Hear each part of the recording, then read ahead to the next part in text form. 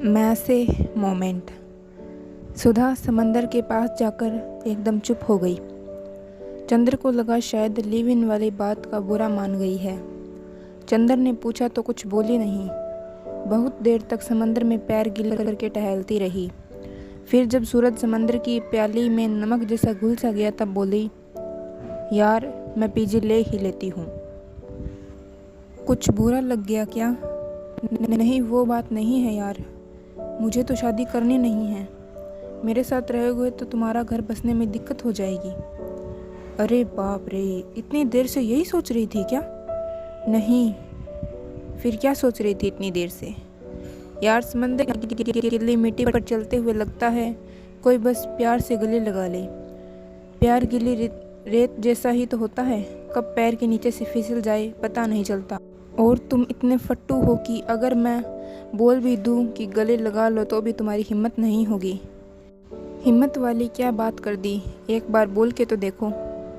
मुझे गले लगा लो अभी तुरंत, जैसे अपनी गर्लफ्रेंड को लगाते थे। अभी? तुम फट्टू हो, रहने दो, मैं लगा लेता हूँ गले। रहने दो, वो मोमेंट चला गया। मुझे लगा था तुम मजाक कर रही हो। मैं समंदर के पास कभी मजाक नहीं करती। क्यों?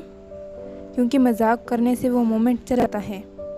समंदर के किनारे टहलती हुई सुधा ठीक वैसे जीती थी जैसे हर एक सांस में जिंदगी भर रही हो। समंदर किनारे टहलते हुए सुधा अपनी एक भी सांस वेस्ट नहीं करना चाहती थी।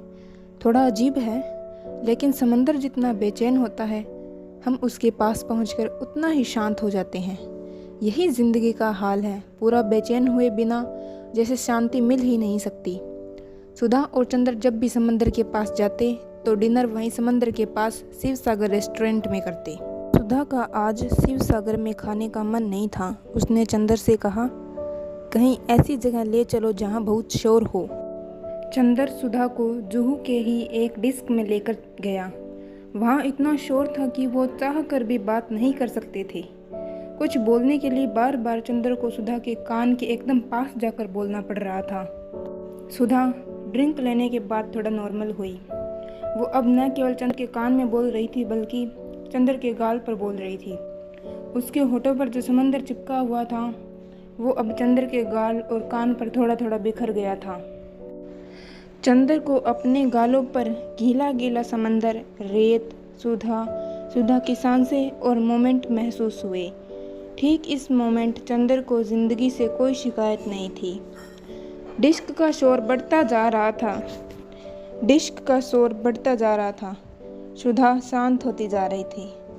चंद्र बिना बात की बातों से बार बार सुधा के कान और गाल को अपने होठों से छूकर जिंदगी की तसल्ली कर रहा था।